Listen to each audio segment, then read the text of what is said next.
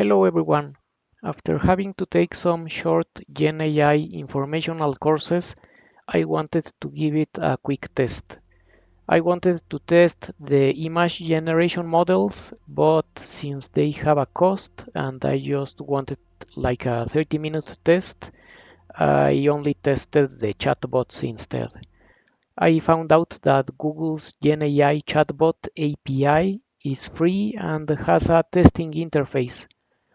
After having trying a couple prompts, it just felt that as amazing as it is that it understands spoken language, it's just kind of a glorified next generation search engine. Here's what I mean. In Google or any search engine, you perform a search by using some keywords and you get a list of websites that match those keywords. And sometimes you get a small screen on the side with the information extracted from a website. So you don't even have to access it yourself. So it feels like Gen AI does the same, but it goes the extra mile and extracts the information from many websites and is able to summarize it for you. So the summarize and the LLM part is what is impressive, but it just feels like it's just saving you from accessing a couple websites for yourself and reading a couple paragraphs to get the information you want. Anyway, I wanted to practice some JavaScript, so I created a NodeJS Express app or server to make requests to Google's AI API. I wanted to ask it to play the Battleship board game. So you just have to import the objects or methods from Google,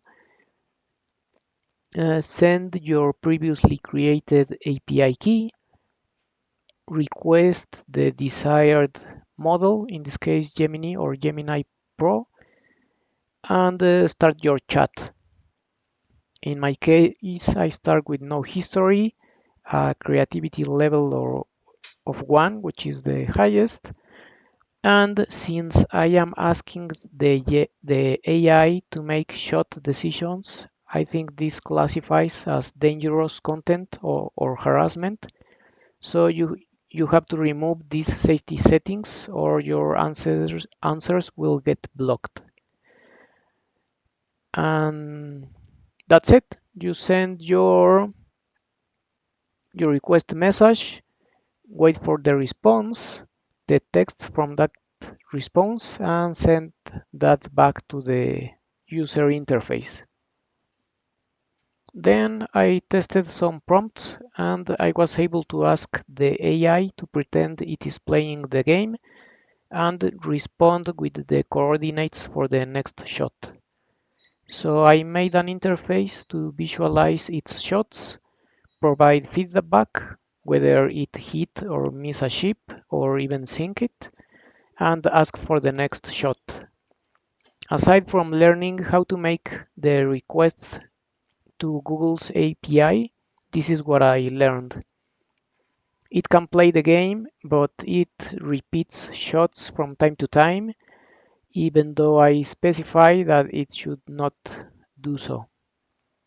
Google's GenAI quotas or limits are not published because they seem to change them.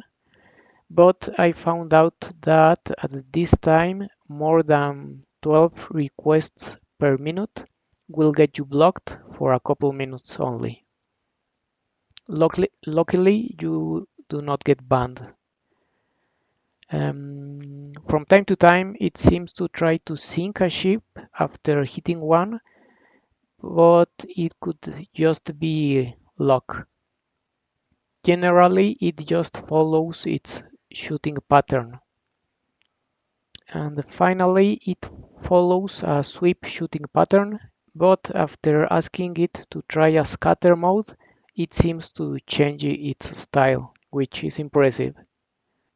So Gen AIs are very good tools to take advantage of, because they get meaning from sentences. Those seem to understand language.